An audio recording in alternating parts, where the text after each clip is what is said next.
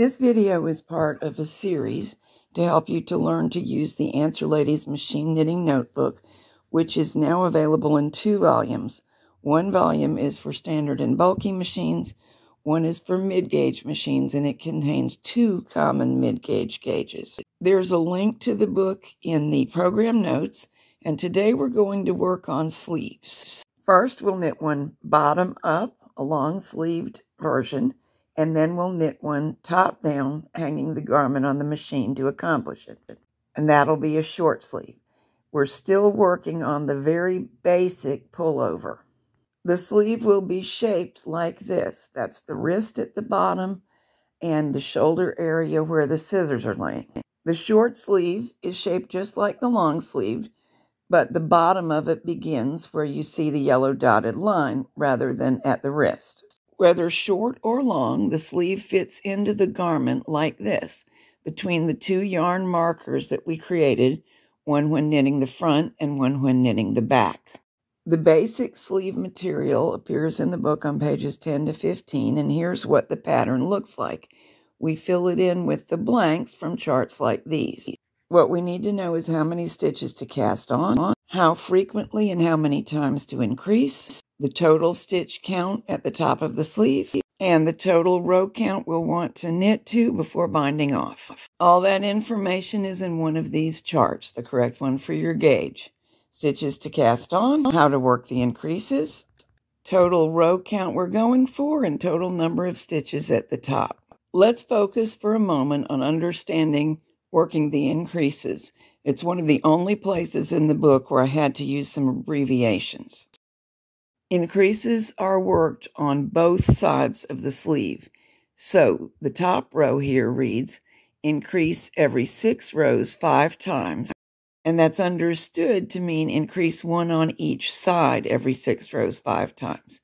The next row reads, increase 1 on each side every other row once, then every 4 rows 7 times. The best way to get the whole thing clear in your mind is to knit a sleeve, so let's do that. I'm going to cast on the required stitches using E-wrap and knit a very tight little bit of stockinette, way lower than the main stitch size, and that will create a tight little roll at the bottom of the sleeve, a casual cuff that is comfortable to wear and super easy to knit. But of course, this is a very flexible pattern. You could also be knitting a hung hem for a cuff. You could put a little bit of Fair Isle on it. You could knit one of several kinds of ribbing, or you could simply cast on and add a crocheted hem later, or even a worm trim hem. That choice is up to you, and it'll make the sweater your own unique creation. Whenever you see me knitting back from hold, and it doesn't seem obvious why I would do it, the reason is almost always because you've done half of the work the carriage would normally do, and that will prevent drop stitches and jams like a dream. For my sample, I need to increase 1 on each side every 4 rows. And one way you could do that is to literally knit 4 rows and then move out the purl bump from the row below to take up the empty needle and finish the increase. I actually prefer what's called simple increases for my sleeves. Simple increases are accomplished by simply placing a new needle in work, but there is a proviso. For it to work reliably, that needle has to be on the side of the carriage. Therefore, to get 1 every 4 rows on both sides, I actually knit left, right, left. That's 1, 2, 3. Increase, knit across, increase. The net result is an every 4 rows increase on each side. If it was every 5 rows or 6 rows, I would do the same thing, but for 5, I'd knit 1, 2, 3, 4, increase, 5, increase. For every 6 rows, I would knit 1, 2, 3, 4, 5, increase, 6, increase. Using the full-fashioned increase would mean moving out 2 stitches to widen the work and then lifting the purl bump from either stitch number 2 or 3 from the edge to fill the empty needle. That method creates the easiest edge to seam later. I'm not totally in love with it though, because it very slightly shortens the diagonal that we're knitting and occasionally distorts the underarm seam. And I don't mind doing the extra work of seaming simple increases, so that's my choice. It is not cast in stone. It was not handed down by anyone divine. You can use the method that you find most acceptable based on your preferences and skills and be perfectly happy. A moment ago, you saw me pull the needle that I was adding to work all the way out to hold. If you have trouble with your carriage picking up and knitting that first stitch, adding it in, that's a method that can help you. There will usually be a few straight rows after the final increase before it's time to bind off. At the top, go ahead and bind off. Use any bind off that you like that does not distort the work.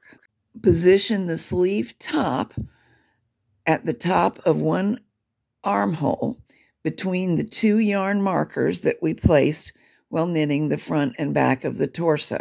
We are matching up stitches at the top of the sleeve to rows along the torso. So you can't seam stitch for stitch, but you can back stitch or even assemble on the sewing machine, evenly placing the sleeve in the opening.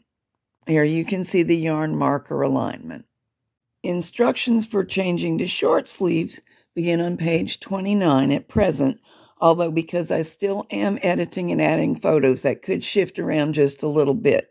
We have the same kind of pattern to fill in the blanks, casting on a certain number of stitches, increasing at a certain pace, reaching a certain total number of stitches and rows, and then binding off. The values to fill in this sheet of instructions come from this chart. Page 11 has instructions to knit any simple sleeve from the top down by hanging the garment on needles, and instead of knitting from the wrist or the bicep area upwards with increases, we knit from the top down with decreases. If that choice is made, the garment comes off of the machine looking like this. All we have to do to finish the sweater is to sew the side seams and the underarm to bottom of sleeve seams. So let's knit a top-down sleeve for the other side of this pink and gray sweater. Since it's just a sample, it doesn't really matter that it doesn't have two matching sleeves. We find the yarn markers, and by the way, I'm going to knit this one on a Studio 740 plus ribber.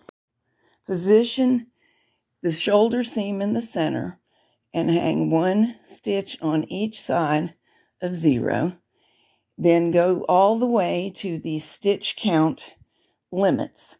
In other words, I'm using 58 stitches, so I'm hanging the left yarn mark position on 29 left and the right one on 29 right. And we are hanging so that we're looking at the wrong side or private side of the garment.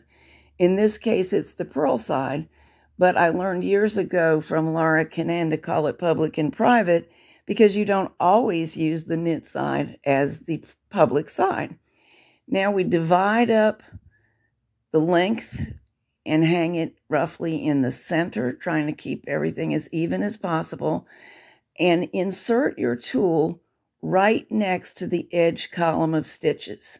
There is an alternate way to do it, and that's to insert it into the edge stitch, so you only hang one strand of yarn.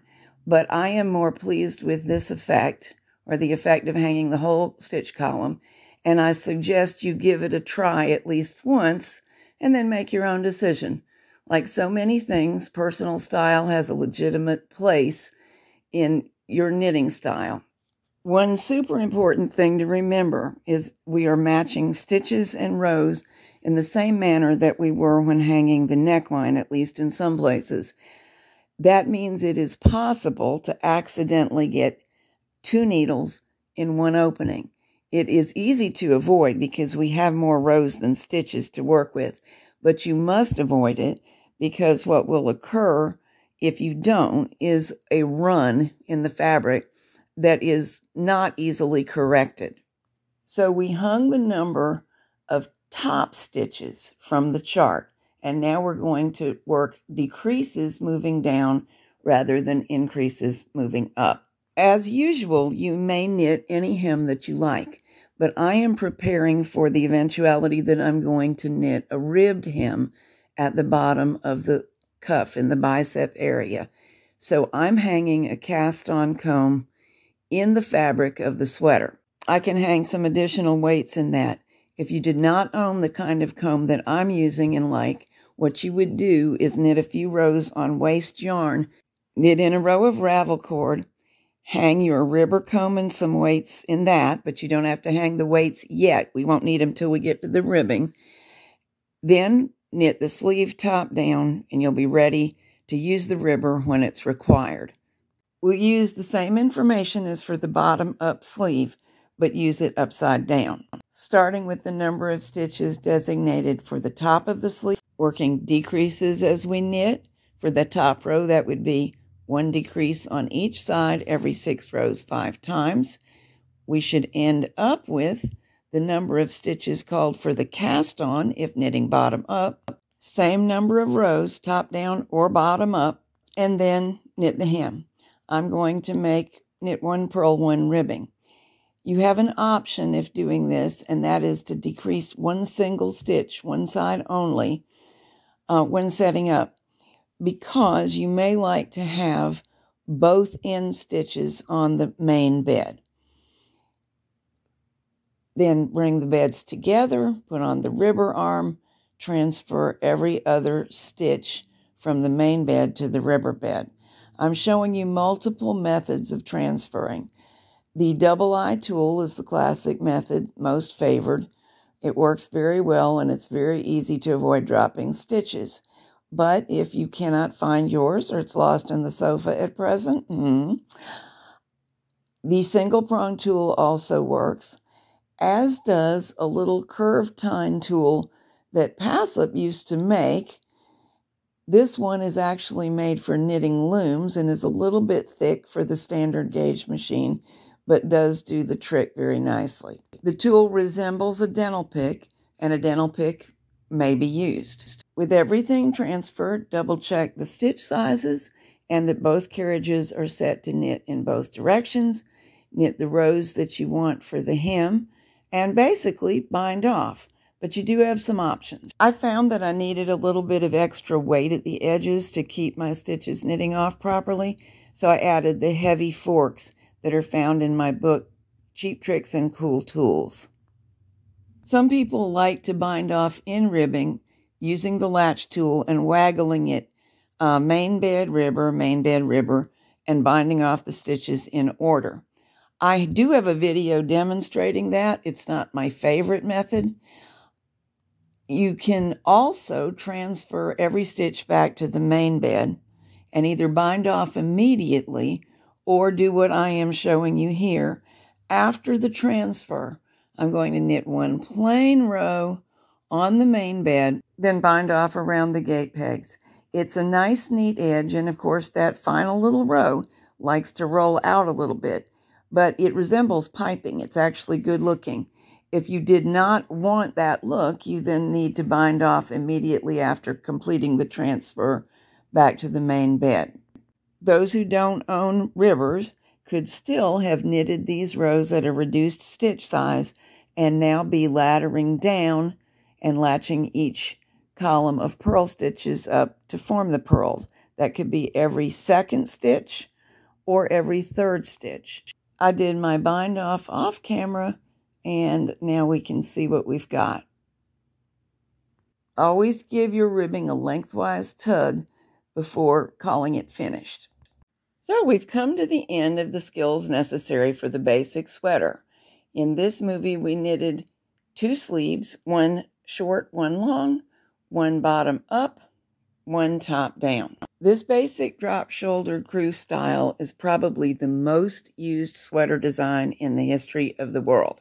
It's comfy, it's good looking, and you can use that blank space in the front to place intarsia designs. However, it will always leave some loose fabric in this area.